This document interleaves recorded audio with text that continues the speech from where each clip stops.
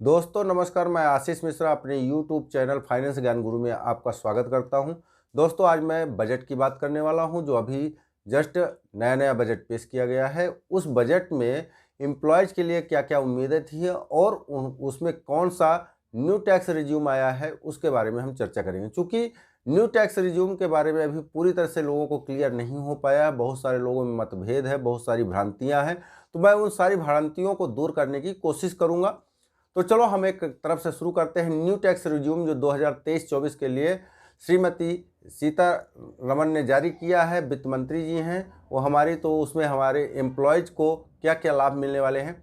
तो सबसे पहले मैं बता सकता हूं कि जो यह एनुअल न्यू टैक्स रिज्यूम आया है, इसमें कहा गया है कि 7 लाख तक रुपए का अगर आपको इनकम है तो आपको किसी भी प्रकार का कोई टैक्स नहीं दे होगा, यानी कि 0% दे होगा। लेकिन ज्यों ही आपकी इनकम 7 लाख 1 रुपए से शुरू होती है तभी आपका टैक्स देनदारियां बढ़ जाती हैं। तो सबसे पहले मैं बताता हूं कि अगर आपकी इनकम 7 लाख 1 रुपए या 1000 रुपए है तब आपको कितना पैसा देना होगा, तो उसकी चर्चा करेंगे। तो सब 0 से लेकर के 3 लाख तक की इनकम के लिए आपको कुछ भी देना नहीं है। 3 से 6 लाख तक आपको जो है 5% देना पड़ेगा। 3 से 6 लाख का मतलब होता है 15,000 रुपये, आपको 5% का मतलब होता है 15,000 रुपये आपको देना होगा। 6 से 9 तक भी आपको 10% देना होगा, यानी कि 30,000 रुपये देना होगा। 9 से 12 तक आपको 15% देना होगा, यानी कि 45,000 रुपये देने होंगे। इस तरह का जो है टैक्स स्लैब बनाया गया है। और जनरली जितने भी अपने एम्प्लॉयज़ होते हैं उनके अधिकतर लोगों की जो इनकम होती है वह 12 लाख मैक्सिमम पहुंच पाती है, क्योंकि ग्रॉस इनकम और टैक्सेबल इनकम में अंतर होता है। कुछ लोग ग्रॉस इनकम को ही टैक्सेबल इनकम समझ लेते हैं, तो दोनों अलग अलग चीज़ें हैं। अगर इसको समझना है तो मैं इसके लिए अलग से वीडियो डालूंगा, उसको आप देख सकते हैं। अभी आगे हम चर्चा करते हैं। जो हम अभी आपका ये मान के चलते हैं कि आपकी जो टोटल इनकम है वह 12 लाख रुपए है। अगर 12 लाख रुपए है तो आपको किस स्कीम में ज़्यादा लाभ मिल सकता है, तो हम दोनों को टैली करते हैं, ओल्ड टैक्स रिज्यूम को और न्यू टैक्स रिज्यूम को। ओल्ड टैक्स रिज्यूम यानी कि आप जिसमें बचत कर सकते हैं, उनको दिखा सकते हैं और उसके द्वारा आप कितने तक की बचत करके आप कितना टैक्स भरेंगे 12 लाख में। अगर आप न्यू टैक्स रिज्यूम अपनाते हैं तब आपको कितना देना पड़ेगा, दोनों की चर्चा करते हैं। तो सबसे पहले हम ओल्ड टैक्स रिज्यूम की बात करेंगे। मान लीजिए कि आपकी जो टैक्सेबल इनकम है, ग्रॉस इनकम नहीं, टैक्सेबल इनकम जो है वो आपकी 12 लाख रुपए है, जिसमें से आपको 50,000 का स्टैंडर्ड डिडक्शन कटौती मिलेगी। इसके अलावा 80C इनकम टैक्स की धारा 80C के अंतर्गत 1.5 लाख की बचत हो सकती है। अगर आपने होम लोन लिया है तब आप 2 लाख रुपए तक का आपको जो है इंटरेस्ट जो आप पे करते हैं उस पर छूट होती है। साथ ही आपका NPS में जो है 50,000 तक की छूट दी जाती है। अगर हम न्यू टैक्स रिज्यूम की बात करें तो वहाँ पर केवल 2 छूटें मिल सकती हैं। वहाँ पर भी आपकी इनकम हम मान करके चल रहे हैं कि वह 12 लाख रुपए है, तो वहाँ पे स्टैंडर्ड डिडक्शन की छूट आपको 50,000 रुपये की मिलेगी। साथ ही आपको जो है अन्य कोई छूट नहीं मिलेगी, और NPS में जो 50,000 तक की जो छूट होती है, एडिशनल छूट होती है, वह आपको मिलेगी। यानी न्यू टैक्स रिज्यूम में आपको जो टोटल मिलने वाली छूट है वह 1 लाख रुपए की है। जबकि ओल्ड टैक्स रिज्यूम के अनुसार अगर आप छूट लेते हैं तो उस वहाँ पे आपको 2.5 लाख तक की छूट मिल सकती है। 2.5 लाख तक की छूट मिलेगी, यानी कि इसमें टैक्सेबल जो इनकम होगी वह 9.5 लाख रुपए होगी। 9.5 लाख रुपए का अगर हम निर्धारित जो भी टैक्स बनता है उसको अगर हम देखें तो उसका कुल टैक्स हमारा 57,500 रुपये बनेगा, और इसमें 4% का अगर सेस जोड़ेंगे तो वो 2300 रुपये बनेगा। उस दशा में बनेगा जबकि आप होम लोन ले रखे हैं, तब आपका ओल्ड टैक्स रिज्यूम आपके लिए बेटर हो सकता है।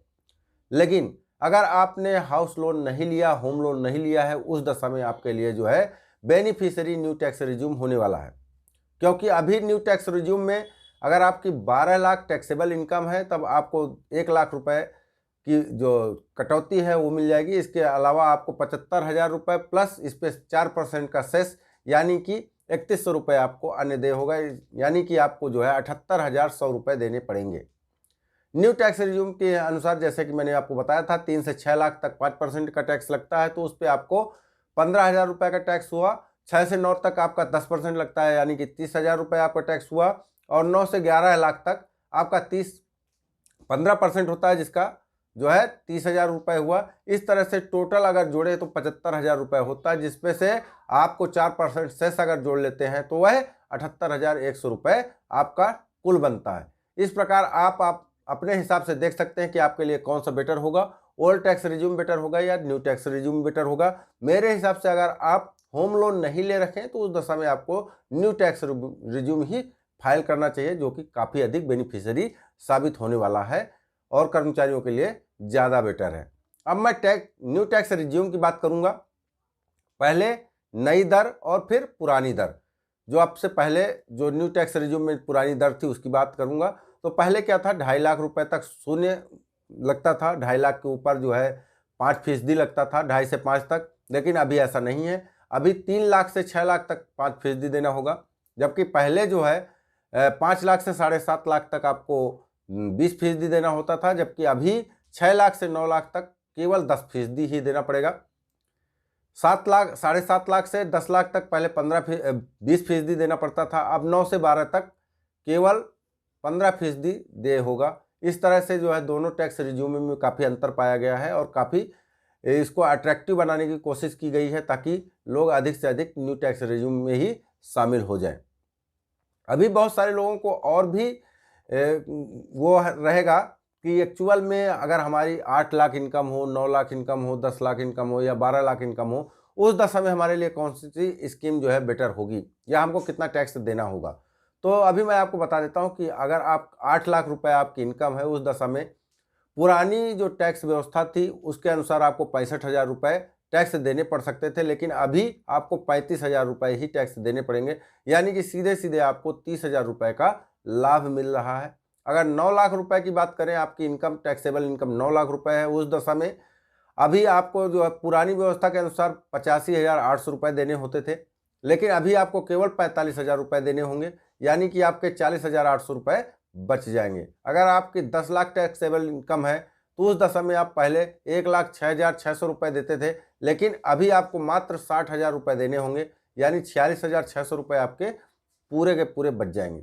अगर हम बात करें 12 लाख रुपए की, तो उस दशा में आपको 1,63,800 रुपये देने पड़ते, लेकिन अभी न्यू टैक्स व्यवस्था के अनुसार आपको केवल 90,000 रुपये देने पड़ेंगे और इस तरह से आपको 73,800 रुपये की पूरी बचत होगी। तो दोस्तों, अगर आपको मेरे द्वारा बताई गई जानकारी अच्छी लगी हो तो कृपया मेरे पेज को लाइक करें, सब्सक्राइब करें, शेयर करें, दोस्तों को अधिक से अधिक बताएं।